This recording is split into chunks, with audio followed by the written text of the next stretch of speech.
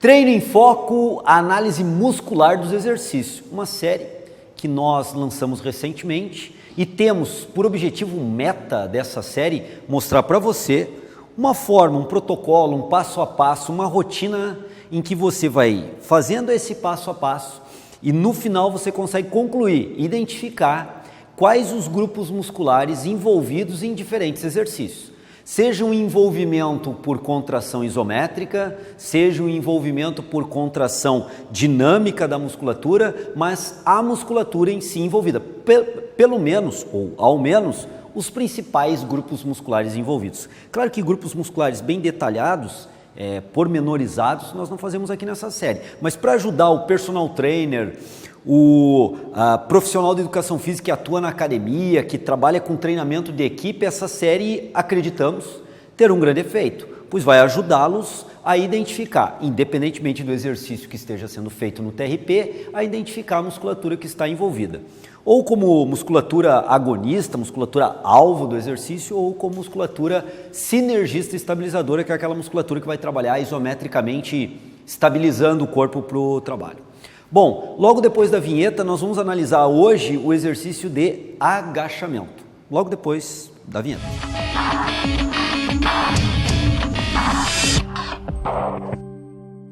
Bom, pessoal, nós temos então que hoje fazer uma análise dos grupos musculares, ao menos os principais grupos musculares envolvidos no exercício de agachamento.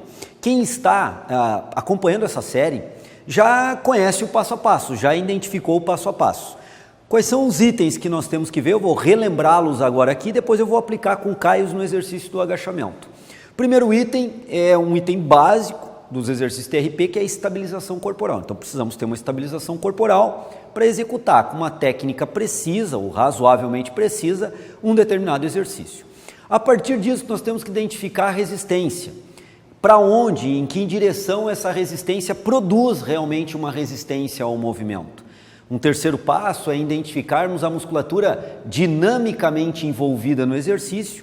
Um quarto passo, identificarmos a musculatura estaticamente envolvida no exercício e que tende a ser produzido sobre essa articulação um movimento e que na verdade esse movimento não ocorre, ele se transforma em tendência de movimento. E o movimento não ocorre, fica em tendência de movimento, porque é um bloqueio de alguns grupos musculares atuando de forma estática, isométrica, bloqueando esse movimento. Então esse é o passo a passo. No final, identificando essas articulações estático ou dinamicamente envolvidas, nós conseguimos concluir, através de um conhecimento básico de anatomia e cinesiologia, concluir quais são os grupos musculares envolvidos nesse exercício. Só que antes disso, quero convidá-los a se inscrever no nosso canal no YouTube e ativar as notificações, para que toda vez que nós venhamos a postar um novo vídeo no canal, você seja notificado desse nosso novo vídeo e possa então assistir o vídeo e receber as informações que nós passamos. Mas vamos lá então analisar, Caio. Chega aí, me ajuda aqui a mostrar para o pessoal em casa, ou não em casa, no trabalho também, mas o pessoal que nos assiste, qual é a musculatura envolvida. Então, o Caio vai executar aqui o exercício de agachamento. Executa lá, Caio. Inicialmente, o exercício de agachamento sendo executado. Não nos cabe aqui verificar ângulo do joelho, retroversão pélvica, valgo dinâmico do joelho, se acontece ou não, porque não é o objetivo dessa série. Nós já gravamos várias outras videoaulas analisando essas questões. Hoje o que nós vamos analisar é a musculatura envolvida, independentemente do ângulo, do trabalho, se retroverte ou não a pelve, se mantém curvatura da coluna ou não, mas a musculatura dinamicamente envolvida e como chegar nela através do passo a passo que nós fizemos. Então o Caio está aqui, está executando o exercício de agachamento e nós temos que concluir qual é a musculatura envolvida nesse exercício de agachamento. Então vamos lá. Ok, Caio, relaxou um pouquinho, baixou a barra. Primeira coisa é com relação à resistência. Soltou um pouquinho aqui, isso. Então nós temos a barra, que é a resistência. Então ela tem um peso, essa barra aqui eu acho que é 10, 12 quilos, né? Então nós temos uma barra e a resistência ao movimento é ofertada pela barra. A estabilidade do Caio, que é o primeiro ponto, fica de lado de novo. De lado para a câmera, isso. Faz um movimento de agachamento. Isso. Então o Caio tem um afastamento lateral dos pés e um controle do centro de gravidade, que a projeção desse centro de gravidade fique sobre as bases dos pés. Então é isso que eu vou fazer agora aqui com a barra. Aproximadamente, tu vai colocar, se tomar um pouquinho para o lado aqui, Caio. Isso. Aproximadamente o centro de gravidade do Caio está nessa projeção vertical que eu mostro aqui. Percebo que a barra, aproximadamente representando a projeção vertical do centro de gravidade, que deve estar mais ou menos nessa altura que eu coloco a minha mão, a projeção vertical, percebo que está sobre a base dos pés. Se essa projeção vertical do centro de gravidade ficar muito para frente ou muito para trás, passando da base de apoio dos pés, que é o que eu estou fazendo agora, passando da base de apoio dos pés, o Caio irá perder o equilíbrio ou para frente ou para trás, dependendo se a projeção vertical do centro de gravidade estiver à frente da base de apoio ou para trás da base de apoio. Ok, Caio, pode levantar. Então nós temos aqui a estabilidade lateral, devido ao afastamento lateral dos pés, uma boa estabilidade lateral. Então eu empurro o Caio aqui e consigo perceber que ele tem uma boa estabilidade devido ao afastamento lateral. E o controle técnico adequado do exercício faz com que a projeção vertical do centro de gravidade, como eu mostrei, se projete sobre a base de apoio dos pés e o Caio então consegue controlar esse centro de gravidade e controlar o equilíbrio no sentido agora antero-posterior. Antero-posterior é isso que eu estou mostrando agora, antero-posterior, e controlar esse equilíbrio que eu estou agora jogando uma carga no Caio para desequilibrá-lo, para a gente poder mostrar isso para o pessoal, tá ok? Então, sempre esse controle é para que a projeção do centro de gravidade esteja sobre a base dos pés, e nós temos então aqui o ponto, o item de estabilidade corporal, estabilizar o corpo para começar o exercício. Isso depende também de uma técnica adequada de execução, mas fundamentalmente da projeção do centro de gravidade. A resistência é a barra, o Caio agora vai colocar a resistência no apoio, vai ficar de costas para o pessoal, Caio, para poder mostrar um detalhe aqui. Bom, aonde nós devemos colocar essa resistência? Não é na cervical, obviamente, porque se colocarmos na cervical nós estamos gerando uma carga sobre a coluna cervical, o que não é nada adequado. Então essa barra ela tem que se acomodar sobre o trapézio superior, um pouco mais abaixo do ponto da cervical, sobre a musculatura do trapézio superior e na espinha da escápula aproximadamente. Algumas pessoas um pouquinho mais para cima, um pouquinho mais para baixo, mas como referência a espinha da escápula é o ponto onde nós podemos aplicar a barra, e aí essa barra ela tem uma resistência sempre... Isso, pode deixar escorregar, eu já fiz para realmente a pessoa poder perceber. Para baixo. Claro que para isso o Caio vai manter essa barra estável sobre o posicionamento, que de novo, não é na cervical, e sim sobre a região do trapézio. Mas a barra e a sua resistência é para baixo, o tempo todo para baixo, já que se trata de um peso livre. A barra é um exercício, o agachamento, aqui é um exercício de peso livre, e a resistência, então, sobre a ação gravitacional, sempre para baixo. Ok, Caio, baixou um pouquinho aí para dar uma recuperada.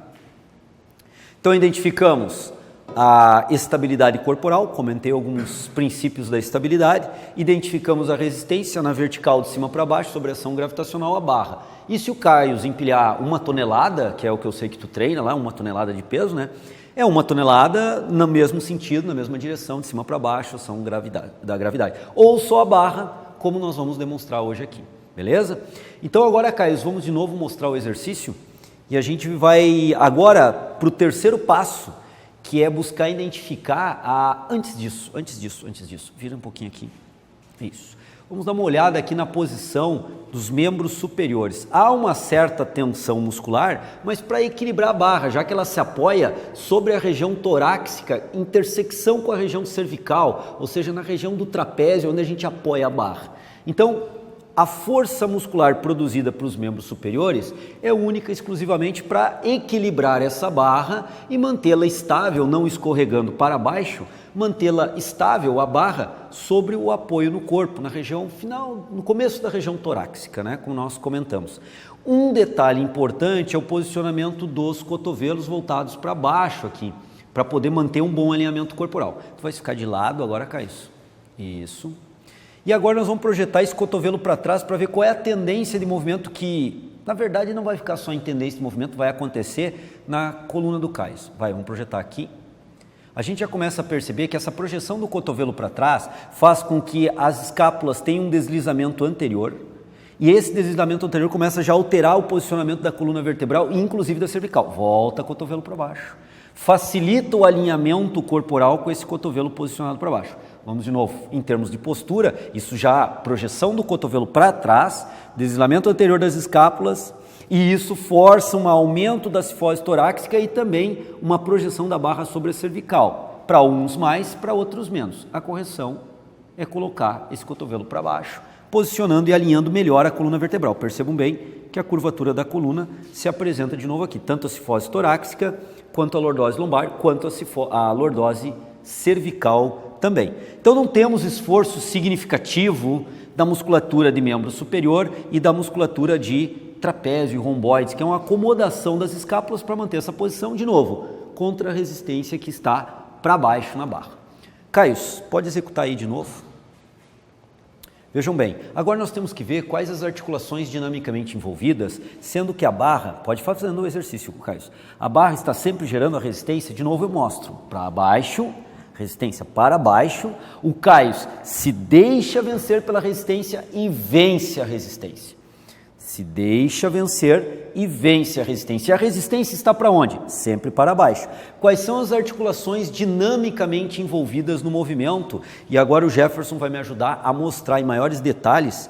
Eu vou usar o goniômetro para a gente poder mostrar melhor aqui as articulações dinamicamente envolvidas. Vamos começar com o tornozelo. Então vamos aqui no tornozelo, vou colocar o eixo do goniômetro aproximadamente no eixo lateral do tornozelo, aproximadamente. Vou fixar uma base, uma haste aqui do goniômetro e agora o Caio vai fazer o exercício. Percebam bem que há uma movimentação. Isso, eu estou acompanhando a perna dele, percebam? Eu faço um acompanhamento através do goniômetro. O pé está parado, está relativamente fixo ou fixo e nós temos um movimento de dorsiflexão e flexão plantar. Dorsiflexão e flexão plantar. A dorsiflexão é na fase excêntrica, quando ele desce, e a flexão plantar quando ele sobe. Então, ó, dorsiflexão, a gravidade produz o movimento. De novo, dorsiflexão, a gravidade produz o movimento. O esforço muscular faz a flexão plantar. O esforço muscular, pode ir lá, Caio.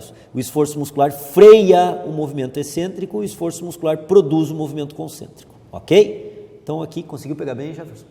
Então, aqui nós mostramos no tornozelo. Então, há um movimento não muito exacerbado, não muito grande, não muito significativo, mas há um movimento do tornozelo. Como é que está aí, Caio? Cansou ou não?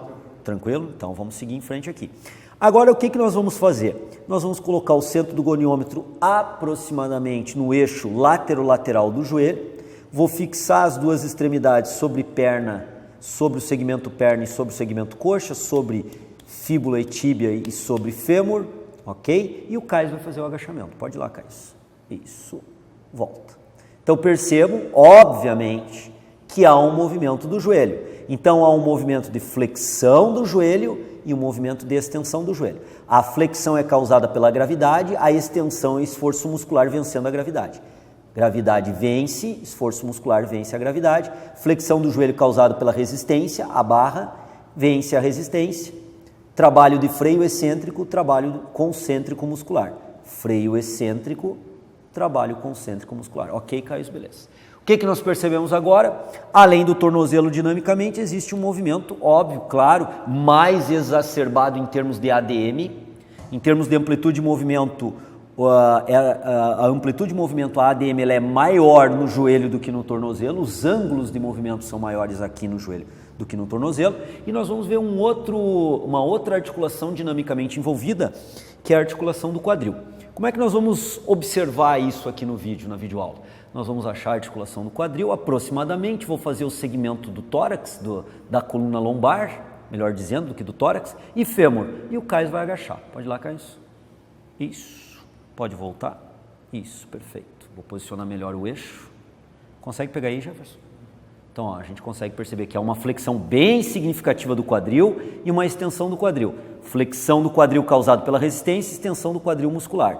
Resistência, extensão do quadril muscular. Ok, Caio, pode baixar a barra, está mostrando. Então, o que nós conseguimos identificar agora aqui nesse processo? Através do uso do goniômetro. Nós conseguimos identificar as articulações dinamicamente envolvidas no exercício, que faz parte do passo a passo. De novo, repito, reitero, reforço essa informação.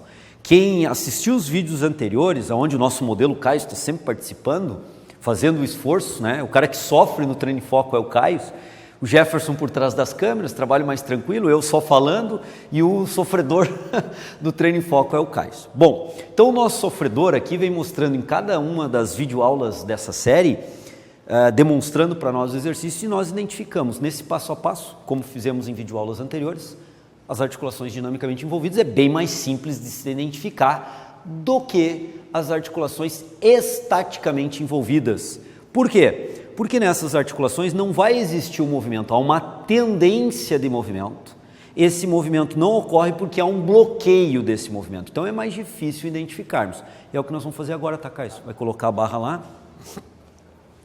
Eu vou ficar de lado aqui para o Caio, ele vai agachar um pouco, só um pouco, Caio. Aí, segurou, menos, pode subir um pouco. Aí, nessa posição, percebam que a barra sempre a tendência é para baixo. Agora percebam como a coluna vertebral do Caio pode perder a posição e essa barra desce. Volta, Caio, alinha a coluna, mantém a curvatura. Percebam como a barra subiu. Desce de novo.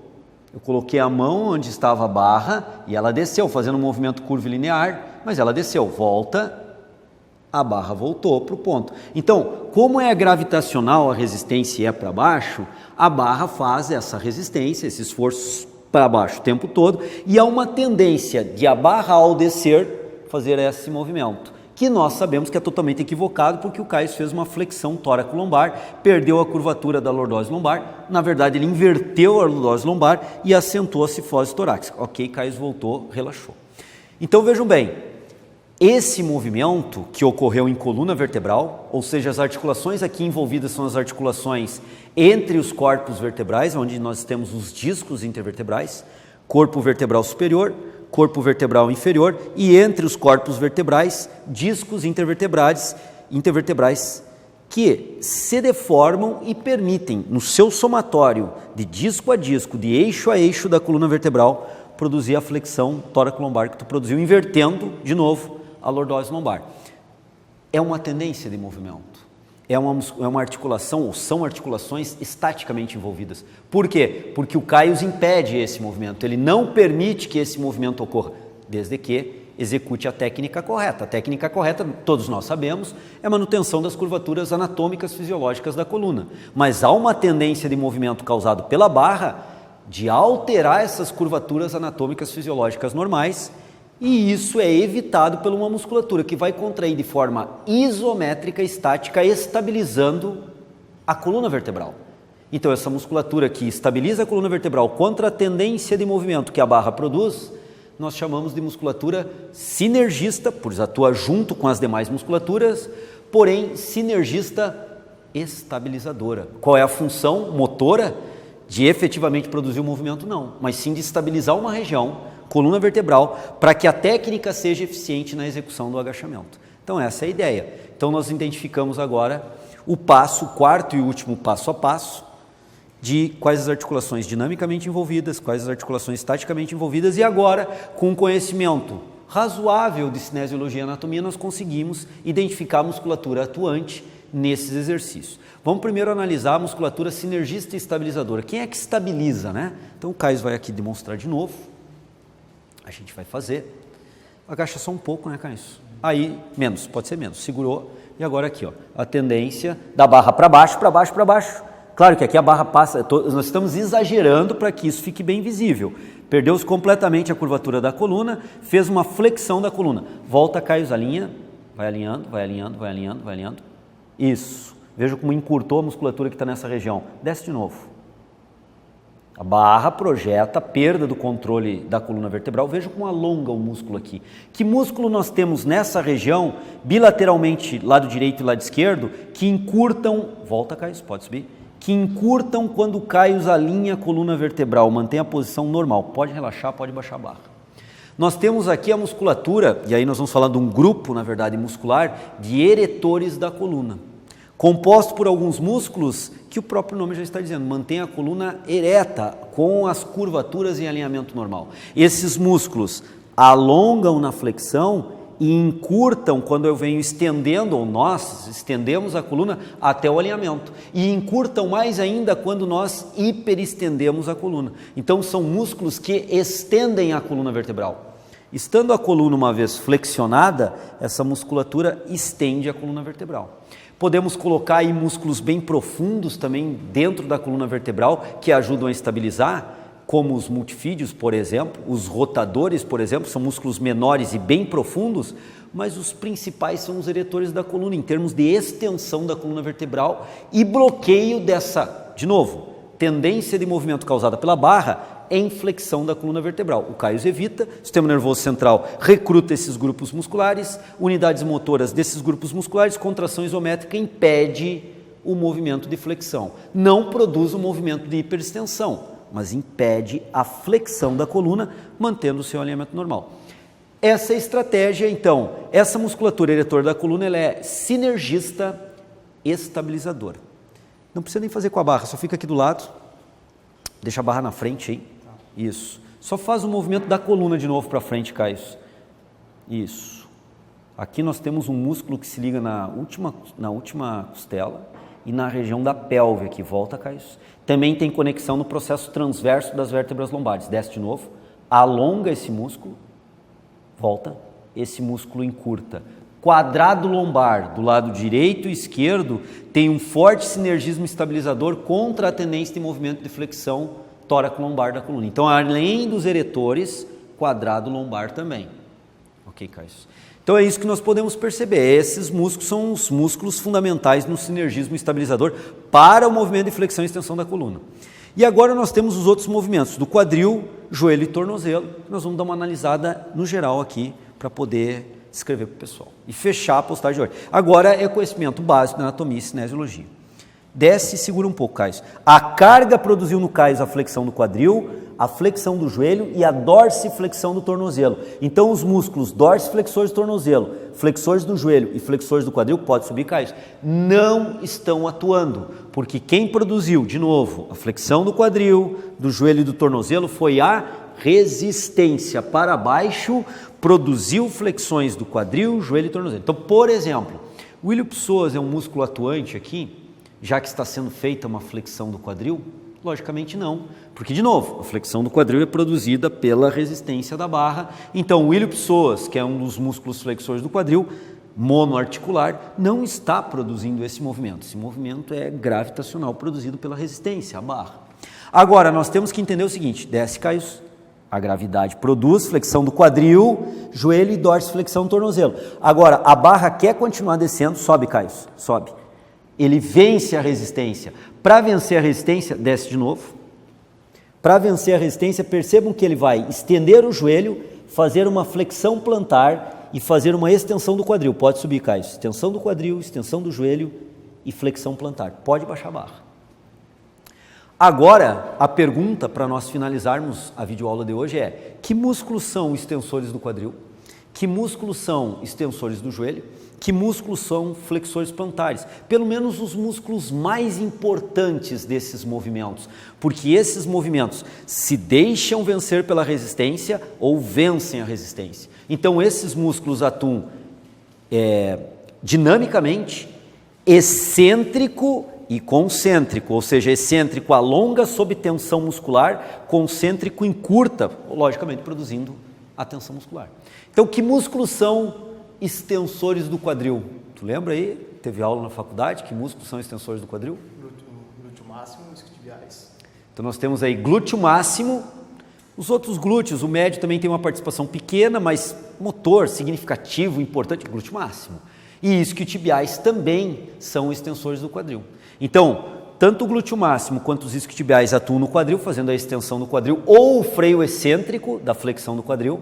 A gravidade faz a ação e o glúteo máximo e os isquiotibiais freiam excentricamente e produzem um trabalho concêntrico. E no joelho, quem é extensor do joelho? Quadríceps. O grupo quadríceps, ou o músculo quadríceps, vasto lateral, vasto medial, vasto intermédio e reto femoral, sendo ele o reto femoral o único biarticular. Mas aqui nós estamos focando no joelho e o quadríceps, de uma forma monoarticular, vamos dizer assim, a interpretação, é o quadríceps que estende o joelho. Então nós temos a musculatura quadricipital também atuando, ou seja, parte anterior da coxa, quadríceps, parte posterior da coxa, Nós temos aí os isquiotibiais, alguns adutores também participam um pouco da extensão, mas não são tão importantes. E no tornozelo nós temos uma flexão plantar em cadeia fechada. Na verdade, a extensão do joelho, a extensão do quadril e a flexão plantar são em cadeia fechada. A parte distal está fixa e estável. A parte central do corpo se movimenta, caracterizando uma cadeia fechada. Então agora nós temos que nos perguntar, para finalizar, quem é flexor plantar. Tu lembra aí? Os gastrocnêmios e o sólio são flexores plantares, pelo menos os mais importantes flexores plantares. Então nós temos no tornozelo, fundamentalmente trabalhando gastrocnêmio medial, gastrocnêmio lateral, os gastros, mais o sólio formando o tríceps sural. Quem era do professor de cinésio? Foi um tal de João, né? Um João Moura aí que deu aula para ti, né? Tem que se ligar aí, esse professor aí, não sei se está ficando na memória. Então o tríceps sural como um todo, gastrocnêmio medial, lateral e sólio, parte posterior da perna. Temos de forma dinâmica envolvida os isquiotibiais, de uma forma mais importante, glúteo no quadril e no joelho quadríceps. Então percebam que o agachamento envolve toda a musculatura praticamente de membro inferior. Tem alguns outros músculos também pequenos da perna envolvidos ali, tibial posterior, mas não são motores tão importantes assim para nós descrevermos aqui. Nós descrevemos os mais importantes, embora tenham outros pequenos que podem estar atuando também. Então, envolve a musculatura de membro inferior e envolve os eretores da coluna, quadrado lombar, como estabilizadores. Existe também uma contração do abdômen, dos oblíquos, para gerar uma pressão intravisceral maior, para estabilizar melhor a coluna vertebral, mas isso não tem a ver com a resistência.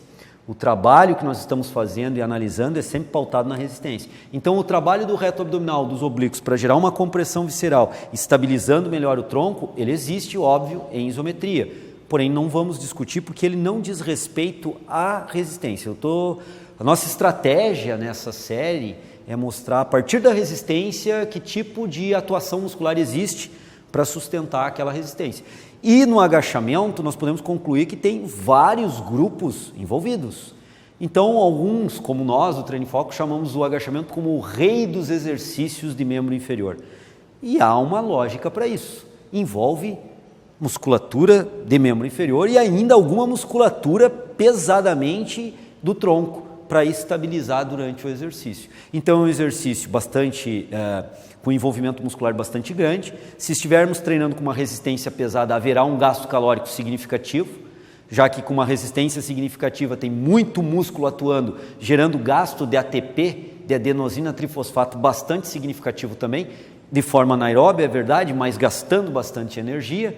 E dessa forma nós temos então um exercício bastante intenso, dependendo da quilagem, é claro, mas com um grande envolvimento muscular. E nós usamos no vídeo aula de hoje uma estratégia passo a passo para se chegar a essa conclusão através dos passos que eu coloquei para vocês, do protocolo que nós criamos, bem simples, e é possível de você passar a usar esse protocolo para identificar, não só no agachamento, mas em todo e qualquer exercício, qual a musculatura atuante em relação à resistência ofertada. Tá ok, pessoal? Então, se gostaram do vídeo, curtam o vídeo, compartilhem o vídeo com seus amigos, colegas de profissão, acadêmicos, para que mais pessoas possam ter contato, nos ajude a disseminar essa informação e fazer as pessoas fazerem discussões mais qualificadas. Não encerramos aqui a discussão, mostramos um ponto de vista a partir da resistência sobre a musculatura envolvida. Tá ok? Aguardo vocês semana que vem em mais uma videoaula dessa série, fazendo análise muscular dos exercícios. Um grande abraço, ótima semana, até semana que vem.